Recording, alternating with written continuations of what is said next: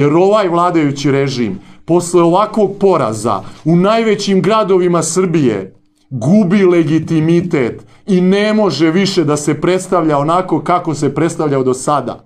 Aleksandre Vučiću, ako je tvoja opcija za da, ako je tvoja kampanja za da, ako su svi tvoji resursi medijski, finansijski, organizacioni koji su gurali promenu Ustava, izgubili u Beogradu, u Novom Sadu, u Nišu, u Kraljevu, u Čačku, u Pančevu i u mnogim drugim velikim gradovima, kako, Aleksandre Vučiću, ti možeš više da budeš predsednik države Srbije i kako vi iz Srpske napredne stranke u ovim gradovima možete da budete vlast od sutra. Ako ovaj rezultat bude noćas ugrožen, jedini krivac može biti sa jedne strane Aleksandar Vučić, jer će noćas da se prekrajaju zapisnici, ubacuju listići i menja izborna volja građana Srbije, a drugi krivac, recimo to otvoreno, jesu naše kolege iz opozicije koje su bojkotovale ovaj referendum,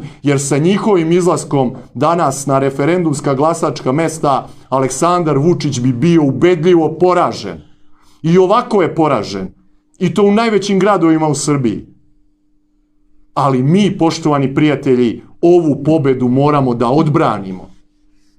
Niko nam neće pokloniti slobodu, pravdu i demokratiju. Kao što smo se danas borili, tako ćemo morati i noćas, i sutra, i sve dok ne dokažemo šta je puna istina o ovom referendumskom procesu. Ja pozivam sve članove biračkih odbora, koji se još uvek nalaze na biračkim mestima, koji još uvek broje glasove za da i za ne, da slikaju rezultate sa svakog biračkog mesta, da sačuvamo zapisnike biračkih odbora, da ne dozvolimo da nam prekrajaju izbornu volju građana u toku ove noći i sutra u Republičkoj izbornoj komisiji. Znamo šta je Aleksandar Vučić radio 2016. godine kada su pokrali izbore. To će ponovo da rade i večeras.